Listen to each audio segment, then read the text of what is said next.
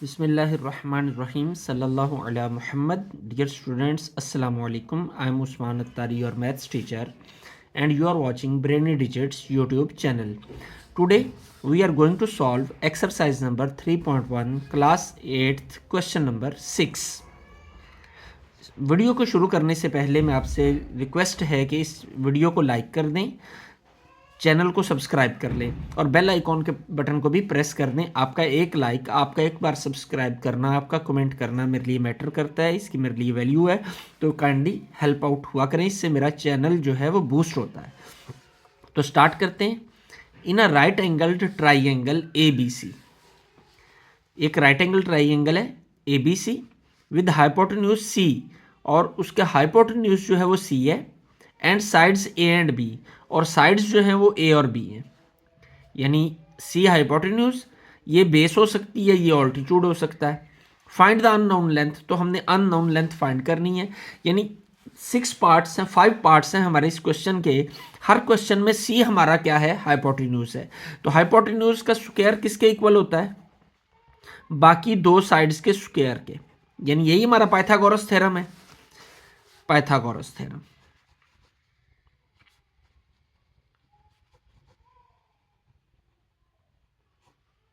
Ji, hypotenuse square is equal to A square base square plus altitude square. तो c हमारा hypotenuse है. सी की value put करते हैं. 61 का स्क्वायर इज इक्वल टू ए कितना है 60, तो 60 का स्क्वायर प्लस बी स्क्वायर. जी, 61 का स्क्वायर ये किसके इक्वल होता है, तो 61 मल्टीप्लाई बाय 61. जब हम इसे मल्टीप्लाई करते हैं तो आएगा 3721. You can find it by multiplying this two. जी, 60 का स्क्वायर होता है 3600 प्लस बी स्क्वायर. इसको जब हम उधर लेकर जाएंगे तो क्या हो जाएगा, 3721 minus 3600 is equal to b square. Minus करते हैं तो 121 is equal to b square. इसको हम यूं भी लिख सकते हैं, b square is equal to 121. लेकिन हमें तो b की वैल्यू चाहिए, क्योंकि हमें कहा गया था अननोन लेंथ, यानी b फाइंड करना है हमने.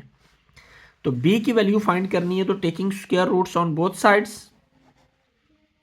Taking square root on both sides,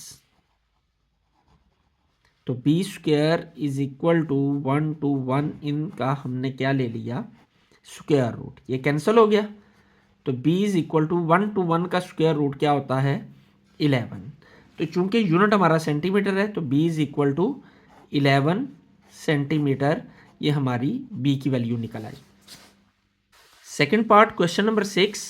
a की वैल्यू हमें गिवन है, b हमने फाइंड करना है, c की वैल्यू हमने गिवन है. हमें इस क्वेश्चन में बताया गया स्टेटमेंट के अंदर कि c हमारा हाइपोटेन्यूज है. तो हम जानते हैं बाय पाइथागोरस थ्योरम, हाइपोटेन्यूज का स्क्वायर किसके इक्वल होता है, बाकी दोनों साइड्स के स्क्वायर के सम के. इन दोनों का स्क्वायर लेकर सम ले लिया जाए. ये क्या है हमारा, पाइथागोरस थ्योरम. हम इसको मेंशन भी कर देते हैं, सॉरी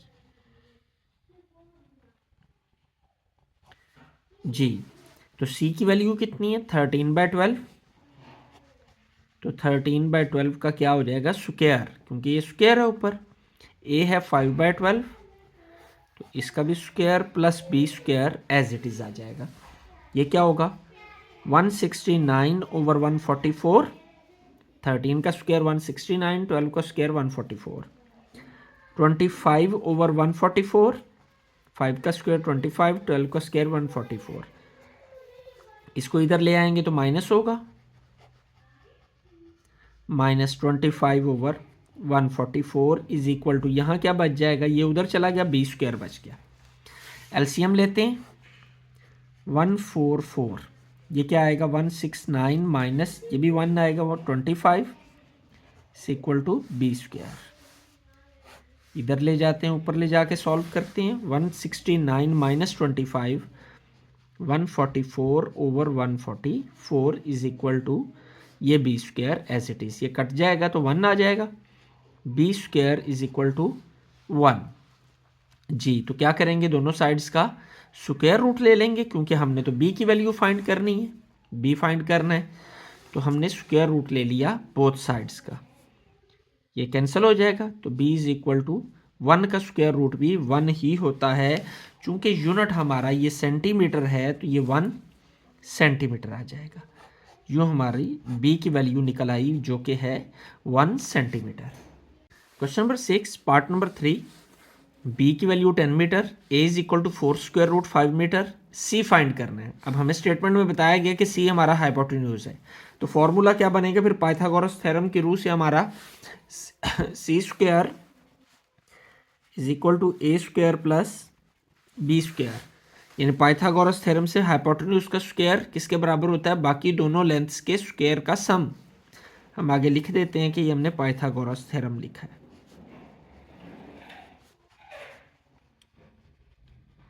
जी नेक्स्ट, c की वैल्यू हमने फाइंड करनी है, तो C square as it is आ जाएगा। a की वैल्यू क्या है 4 स्क्वायर रूट 5 और इसका स्क्वायर आ जाएगा ये वाला स्क्वायर, प्लस b कितना है 10, तो आ जाएगा 10 का square. C square is equal to, अब ये 4 स्क्वायर रूट 5 है, ये 4 का भी स्क्वायर है, ये स्क्वायर रूट 5 का भी स्क्वायर है, तो इसे हम अलग अलग अगर करें तो यूं होगा, दोनों का स्क्वायर आ जाएगा। तो 4 का स्क्वायर क्या होगा 16 और इसका स्क्वायर कट जाएगा 5 आ जाएगा। 16 मल्टीप्लाई बाय 5 किसके होता है 80, तो यानी इसकी वैल्यू कितनी आ जाएगी 80। डन, प्लस 10 का स्क्वायर 100, तो C square is equal to 180। तो अब हमें क्या फाइंड करना है जी, सी की वैल्यू निकालनी है हमें, तो यहाँ तो सी स्क्वायर है तो फिर दोनों तरफ का क्या कर लेंगे स्क्वायर रूट ले लेंगे, ये कैंसिल हो जाएगा। तो c इज इक्वल टू 180 को हम फैक्टराइज करते हैं 290 245 जी, ये क्या आएगा 3 पे 3 1 15 3 5 एंड 5 1, ये पेयर बन रहे हैं हमारे। 2 का स्क्वायर 3 स्क्वायर, इसको हम लिख सकते हैं 2 square multiply by 3 square multiply by 5। c is equal to 2 square का square root plus multiply 3 square का स्क्वायर रूट मल्टीप्लाई बाय 5 का स्क्वायर रूट, तीनों का स्क्वायर रूट हमने अलग अलग कर लिया, ये कैंसिल हो जाएगा। क्या बच जाएगा 2 multiply by 3 multiply by square root 5, तो c की वैल्यू हमारे पास क्या आ जाएगी 3 2 जार 6 और ये स्क्वायर रूट 5, यूनिट हमारा मीटर है, तो c की वैल्यू आ जाएगी c is equal to 6 square root 5। जो हमारा थर्ड पार्ट भी सॉल्व हो गया। Question number 6 part number 4, b is equal to 5 decimetre, a is equal to 5 square root 7 decimetre, c find करना है। और c हमारा इस क्वेश्चन के अंदर हमें स्टेटमेंट में शुरू में बताया गया है कि c हमारा हाइपोटेन्यूज है, तो c तो फॉर्मूला फिर हमारा क्या बनेगा hypotenuse square is equal to बाकी दोनों जो साइड्स हैं, एक बेस है एक ऑल्टीट्यूड है, उन दोनों के स्क्वायर का सम। यही हमारा पाइथागोरस थ्योरम है, hypotenuse square is equal to base square plus altitude square. तो हम लिख लेते हैं ये क्या है पाइथागोरस थ्योरम जी। c की वैल्यू हमने फाइंड करनी है, तो C square as it is, a किसके इक्वल है 5 स्क्वायर रूट 7 के, तो 5 स्क्वायर रूट 7 का स्क्वायर प्लस b किसके इक्वल है 5 के, तो 5 का स्क्वायर। अब ये 5 स्क्वायर रूट 7 ये 5 का भी स्क्वायर है, ये स्क्वायर रूट 7 का भी स्क्वायर है, हम दोनों को अगर अलग अलग करें इधर रफ वर्क में तो यूं होगा, ये 5 का स्क्वायर 25 हो जाएगा मल्टीप्लाई बाय इसका स्क्वायर कैंसिल हो जाएगा, ये 7 आ जाएगा। 25 मल्टीप्लाई बाय 7 कितना होता है 175 जी। तो C square is equal to इसकी जगह पे क्या आ जाएगा 175 प्लस 5 का स्क्वायर 25, तो सी स्क्वायर की वैल्यू आ जाएगी 200। अब हमें सी फाइंड करना है, तो ये क्या करेंगे बोथ साइड का स्क्वायर रूट ले लेंगे, ये कैंसिल होके सी इज इक्वल टू, इसको हम फैक्टराइज करते हैं 200 को 250 225 55 और 51, जी ये पेयर बन रहे हैं और ये 2, तो इसे हम लिख सकते हैं 2 square multiply by 5 square multiply by 2। इन स्क्वायर रूट्स को अगर अलग-अलग करें तो ये आ जाएगा, ये स्क्वायर कैंसिल हो जाएगा। तो c is equal to 2 multiply by 5 multiply by square root 2, 5 2 जार 10 स्क्वायर रूट 2 और यूनिट हमारा कितना है डेसीमीटर, तो यहाँ आ जाएगा डेसीमीटर। यूँ हमारी ये c की वैल्यू निकल आई 10 स्क्वायर रूट 2 डेसीमीटर। और 6 क्वेश्चन का 4th पार्ट भी हमारा सॉल्व हो गया। Question number 6 part number 5, c की वैल्यू गिवन है, b भी गिवन है, a हमने फाइंड करना है। अब क्वेश्चन की स्टेटमेंट में हमें बताया गया है कि हमारा हाइपोटेन्यूज जो है वो c है। तो पाइथागोरस थ्योरम फार्मूला फिर हमारा क्या बनेगा, हाइपोटेन्यूज स्क्वायर बाकी दोनों के स्क्वायर का सम। तो ये हमारा क्या है, ये Pythagoras theorem.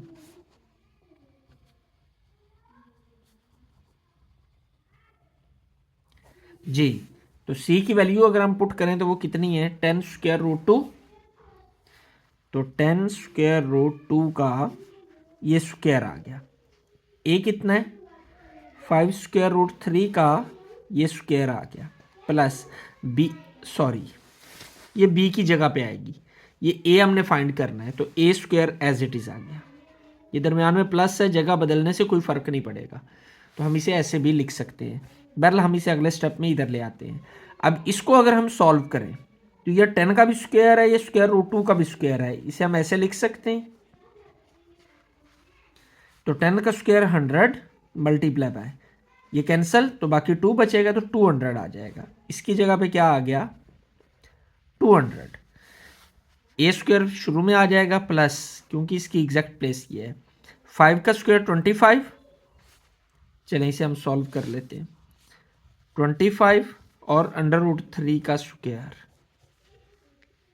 5 square 25 multiply by, ये कट जाएगा तो 3 आएगा, तो किसके इक्वल होगा 75 के, प्लस 75।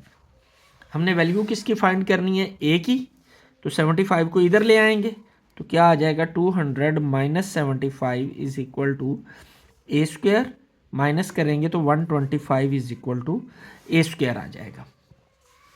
जी तो हमें a की वैल्यू फाइंड करनी है, तो स्क्वायर रूट ले लेंगे दोनों तरफ का। तो हम चाहें तो यहाँ लिख सकते हैं taking square root on both sides, बल्कि लिख लेना बेहतर है, ये कैंसिल हो जाएगा। a इज इक्वल टू 125 को हम फैक्टराइज करते हैं, 5 2 और 5 5 5 1, तो क्या इसे हम लिख सकते हैं 5 स्क्वायर मल्टीप्लाई बाय 5 का स्क्वायर रूट। तो a is equal to square root को अलग-अलग कर लें, ये कैंसिल हो जाएगा, तो आ जाएगा 5 multiply by 5 square root is equal to a। तो a इज इक्वल टू हम लिख सकते हैं 5 स्क्वायर रूट 5, और यूनिट डेसीमीटर है तो यहाँ आ जाएगा डेसीमीटर। यूँ हमारा क्वेश्चन नंबर 6 का 5th पार्ट भी कंप्लीट हो गया, और साथ में क्वेश्चन नंबर 6 भी कंप्लीट हो गया। तो बढ़ते हैं क्वेश्चन नंबर 7 की जानिब। Question number 7, exercise number 3.1 class 8th। The front of a house is in the shape of an equilateral triangle। एक घर है जिसका फ्रंट जो है उसका कहना है कि वो एक शेप में है, वो शेप कैसी है इक्विलेटरल ट्राइंगल। यानी इक्विलेटरल ट्राइंगल वो ट्राइंगल होती है जिसकी तीनों साइड्स आपस में बराबर होती हैं, यानी इस तरह की साइड्स। ट्राई की है मैंने, कोशिश तो की है कि बराबर ही हूँ, जिसकी ये तीनों साइड्स आपस में बराबर होंगी वो ट्राइंगल जो है वो क्या कहलाएगी इक्विलेटरल ट्राइंगल। तो एक घर है उसका ये जो फ्रंट है ना वो इस शेप के अंदर है। आगे क्या बताया गया, with the measure of side 10 metre, और साइड की जो मेजरमेंट है वो 10 मीटर है। तो अंडरस्टूड है जब तीनों बराबर हैं तो ये सारी 10-10 ही होंगी, ये तीनों 10 मीटर ही होंगी। तो हम इसे स्टार्ट करते हैं, find the height of the house. तो ये हाउस की हाइट हमने फाइंड करनी है, ये वाली हाइट। तो ट्राइंगल क्वेश्चन को सॉल्व करते हैं, हम यहाँ पे पहले ट्राइंगल ड्रॉ करते हैं। जी अंदाजे से हम बनाएंगे इक्विलेटरल ट्राइंगल। इसकी ये साइड्स सारी जो हैं वो कितनी कितनी है 10 मीटर है, ये भी 10 नहीं है, जी, हमने इसकी हाइट फाइंड करनी है, तो हाइट हमेशा मैक्सिमम प्लेस पे होती है। यहां पे हम एक 90 का एंगल ड्रॉ करेंगे जिसे हम कहेंगे ऑल्टीट्यूड। ये इसका ऑल्टीट्यूड है। तो हमेशा इक्विलेटरल ट्राइंगल का जो ऑल्टीट्यूड होता है ये इन साइड्स को दो इक्वल पार्ट्स में डिवाइड कर देता है। यानी ये टोटल 10 है तो ये भी 5 हो गई, तो ये भी 5 हो गई। टोटल 10 थी, आधे आधे हिस्सों में हो गए। ये हमारा 90 का एंगल हो गया। 90 के सामने ये हमारा हाइपोटेन्यूज हो गया, ये बेस हो गई, तो ये अल्टीट्यूड। इस ट्राइंगल को अगर हम लें ये वाली यूं, तो हम ऑल्टीट्यूड फाइंड कर सकते हैं। ये चाहे इसको ले लें चाहे इसको ले लें, दोनों से सेम आंसर आएगा। हाइपोटेन्यूज कितना है 10 मीटर, 90 के ऑपोजिट हाइपोटेन्यूज, ये हमारी बेस हो गई 5 मीटर, और ये ऑल्टीट्यूड। तो ऑल्टीट्यूड को हम क्या लेते हैं एक्स। जी, altitude is equal to x हमने फाइंड करना है। तो Pythagoras theorem by Pythagoras theorem, hypotenuse square is equal to base square plus altitude का स्क्वायर। ये हमारा फॉर्मूला है। हाइपोटेन्यूज कितना है 10, तो 10 का स्क्वायर, बेस 5 है, 5 का स्क्वायर प्लस ऑल्टीट्यूड x है तो x का स्क्वायर, ये आ जाएगा 125 प्लस x स्क्वायर। जी नेक्स्ट, जी ये इधर आके माइनस होगा, 100 minus 25 is equal to x square, 75 is equal to x square. अब हमें x की वैल्यू फाइंड करनी है, तो क्या करेंगे, दोनों साइड्स का स्क्वायर रूट ले लेंगे, क्योंकि ये स्क्वायर हमने ख़त्म करना है, ये कैंसल। तो इसको फैक्टराइज करते हैं 75 को, 5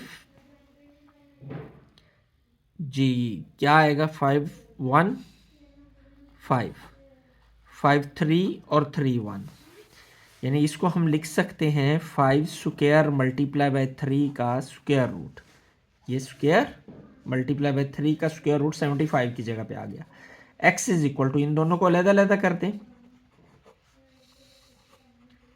जी, इसका स्क्वायर कैंसिल हो जाएगा, तो x is equal to 5 square root 3, और यूनिट हमारा मीटर है, तो अल्टीट्यूड कितना निकल आएगा, x हमारा अल्टीट्यूड था ना, तो इसको हम यूं भी लिख सकते हैं, altitude is equal to 5 square root 3 metre.